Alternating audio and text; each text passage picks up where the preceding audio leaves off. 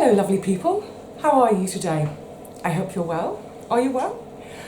I am feeling a little bit more revived than I was yesterday.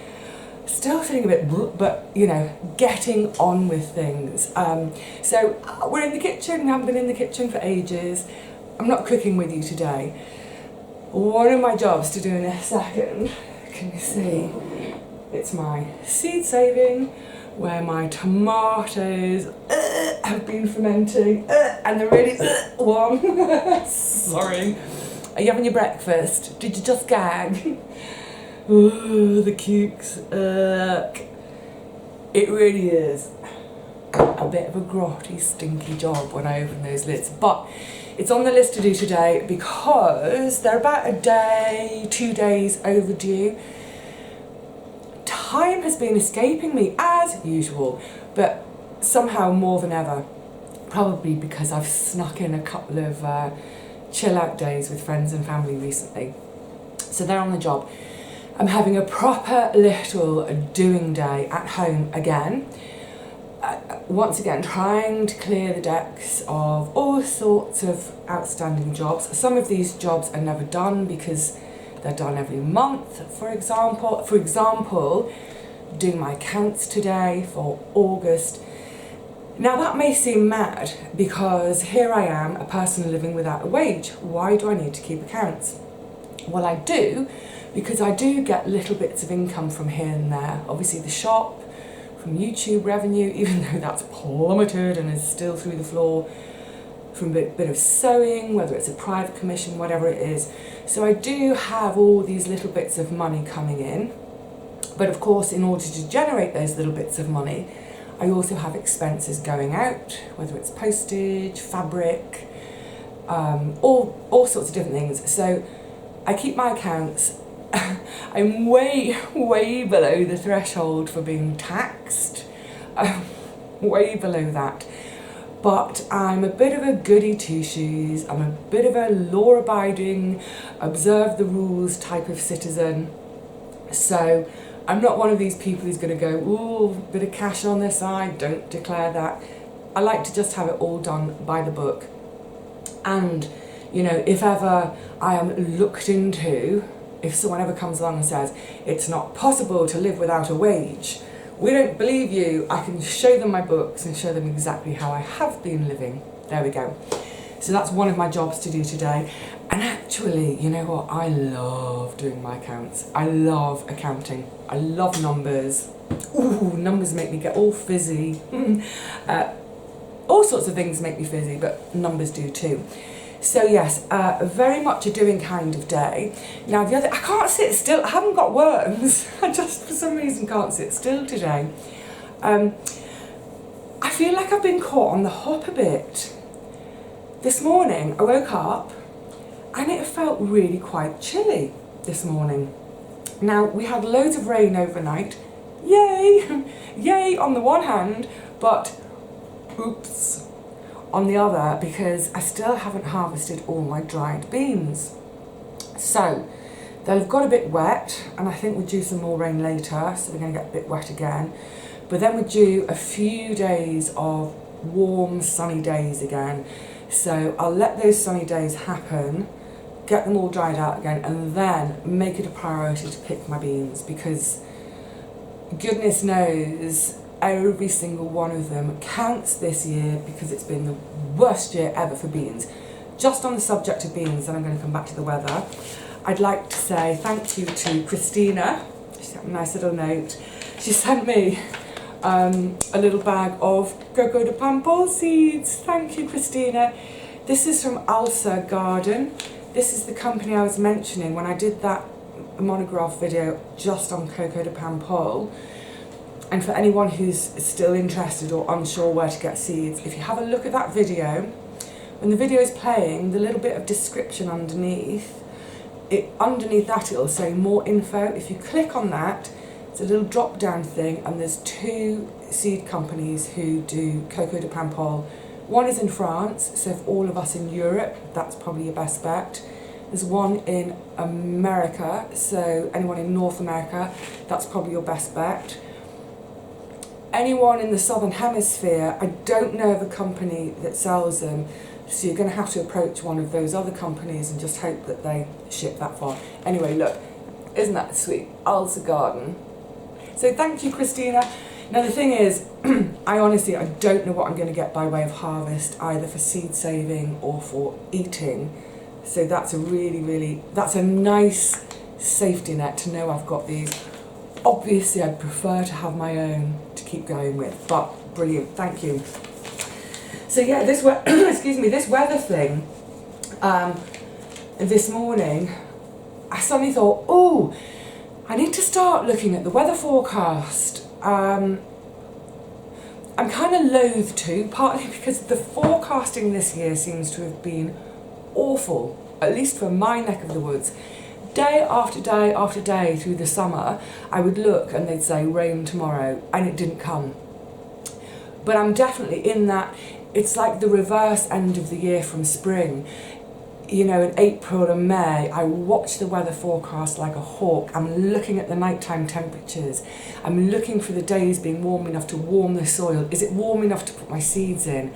And those nighttime temperatures, are they staying above 6 or 7? Is it time yet for me to plant my squash, my tomatoes, all my tender things? And so we've got the reverse at this end of the year in terms of, if we're going to have frost, I need to harvest things pronto, such as the squash, any remaining tomatoes, etc., because they just won't manage with that. At the moment, it looks like we're going to have a cold night in a couple of nights, 6-7 degrees, but then back up to and staying in double figures for a couple of weeks.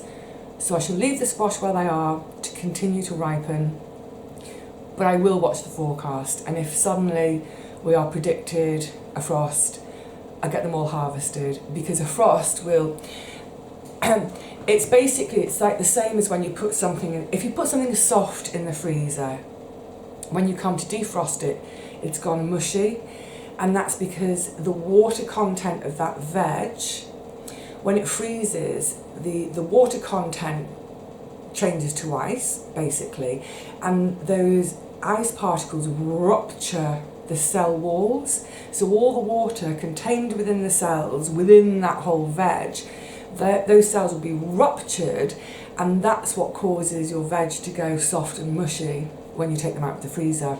So the same is going to happen in the garden. If I leave the squash and they get hard frost, when they warm up again, they'll have gone mushy inside and they won't store.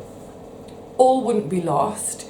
If that did happen, I would simply harvest the lot, cook the entire lot, and then freeze them. It just would mean that I wouldn't have any nice firm squash to eat, and also it would be the most annoying mammoth effort, and I don't have the freezer space to freeze all my squash. So yes, watching the weather like a hawk again.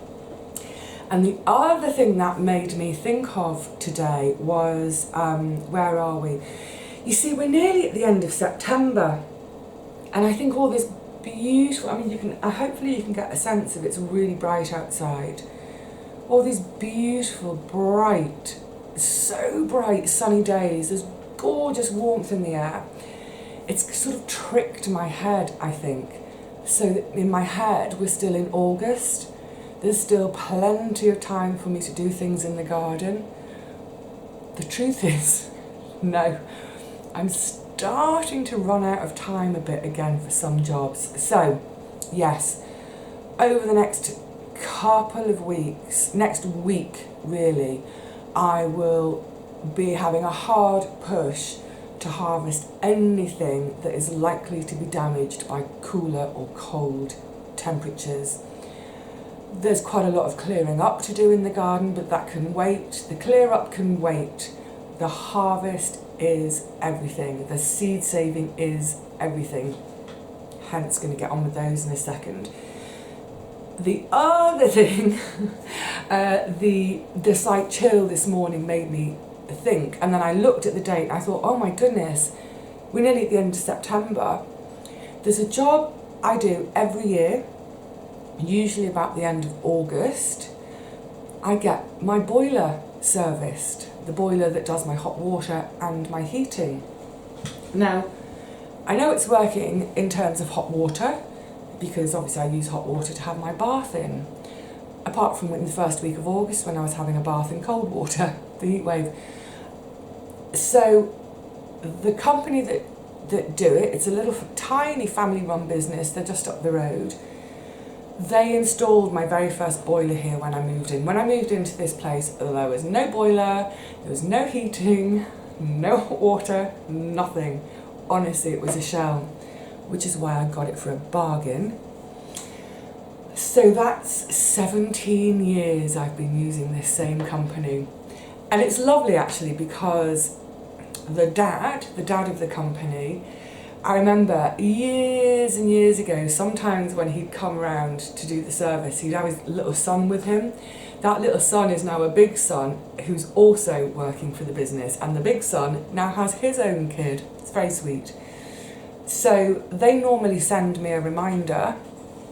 They obviously have some sort of calendar of when they did it last year, whatever. And I've not had it this year, so I'm hoping the whole family is okay and haven't been adversely affected by what's been going on for all of us. Secondly, I'm kind of wondering, are they doing services or are they only responding to emergencies? So I'm going to call them later on to see if I can book in a service. But the great thing about this guy is, hi Mel, every time he's serviced my boiler, or this one is a new one because the old one really was on its last legs, so it went. Every time he's here doing it, I hover, we chat, he shows me what he's doing. I'm fascinated, I love engineering anyway.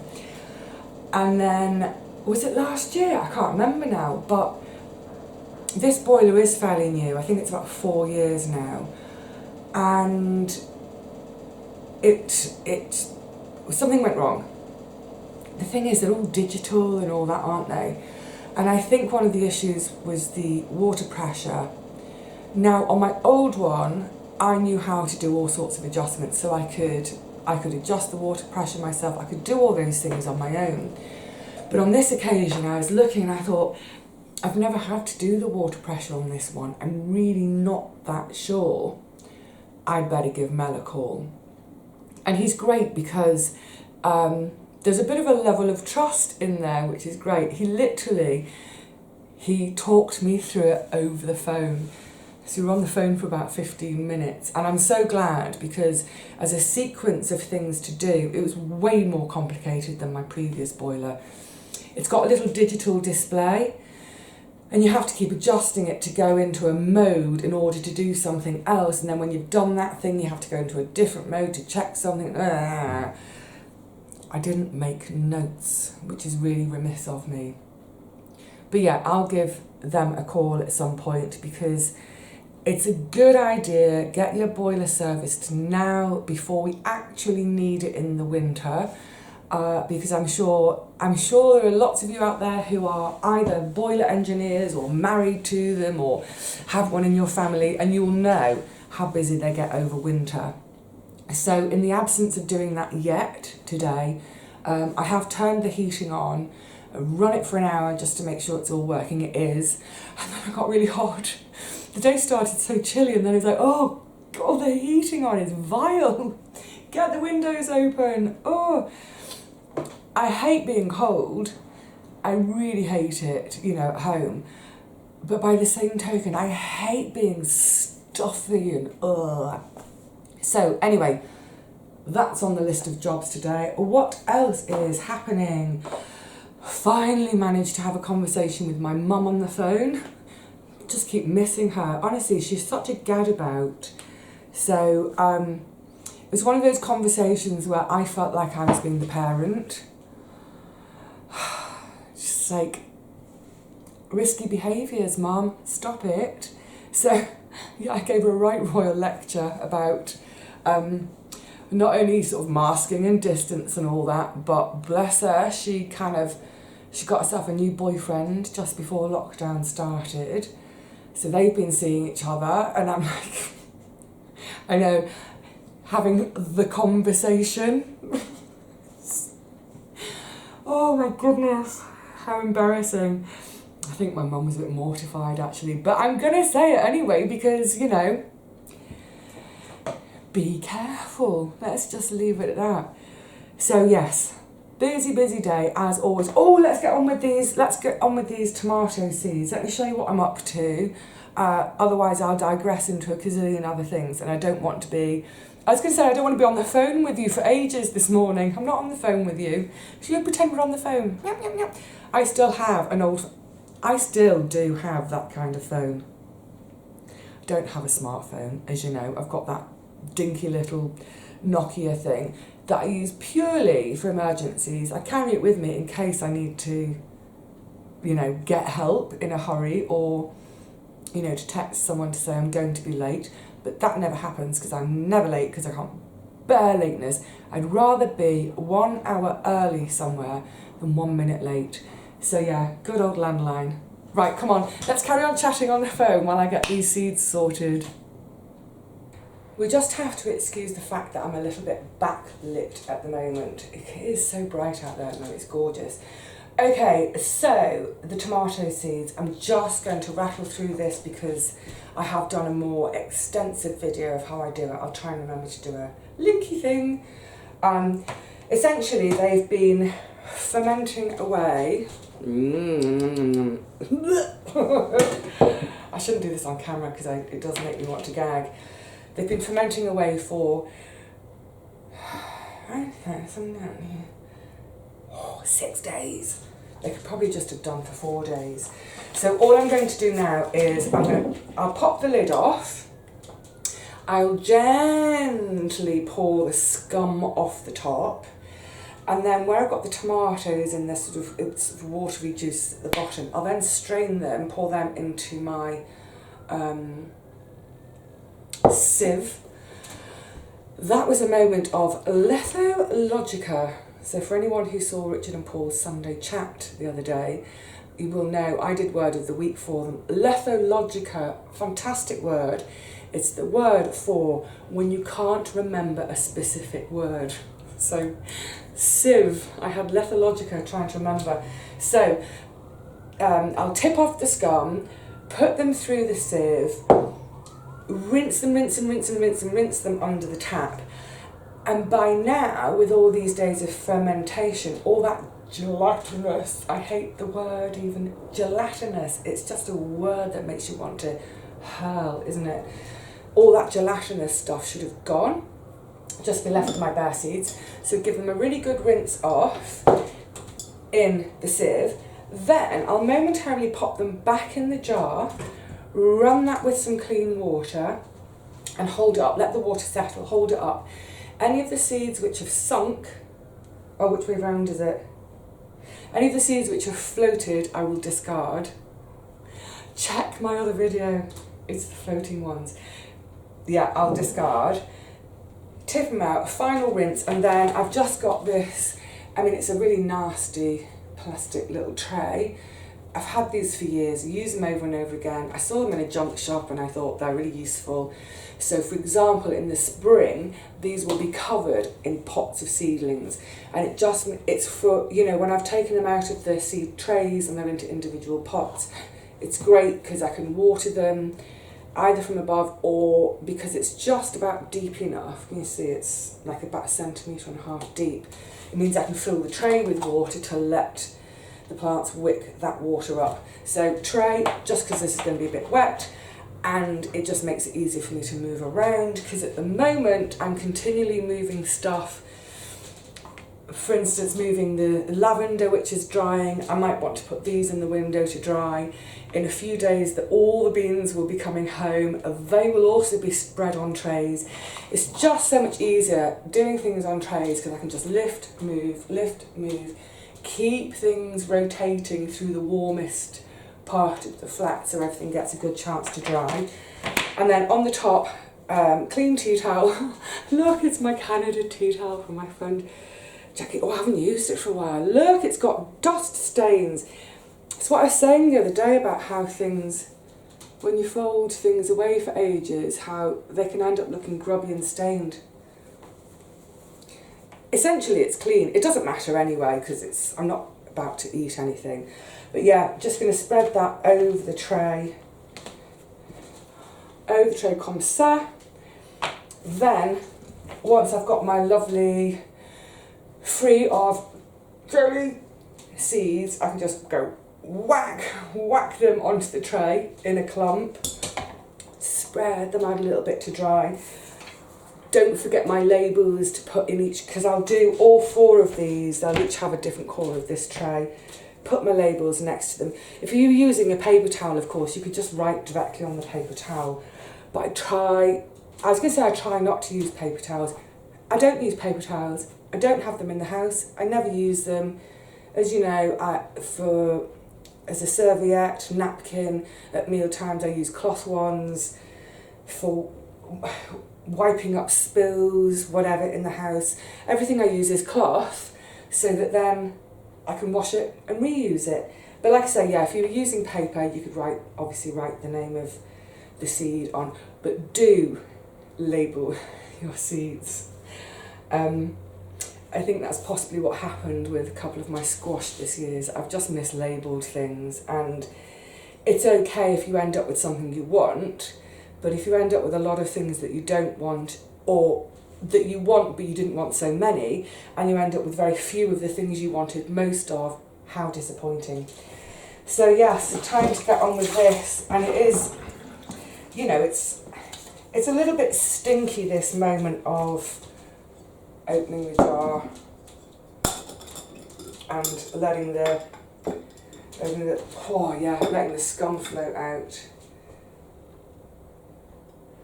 Actually, the scum doesn't want to float off. That sometimes happens. So what I'm going to do is I'm going to top it up with water straight away.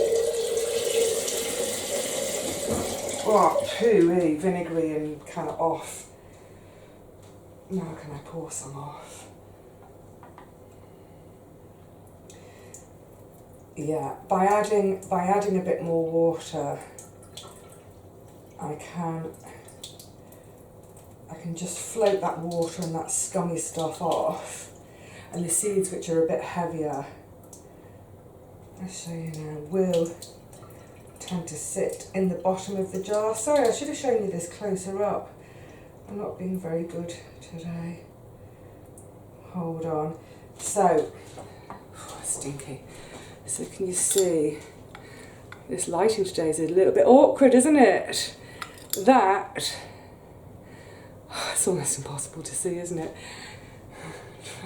To show you that, oh, it's nigh on impossible.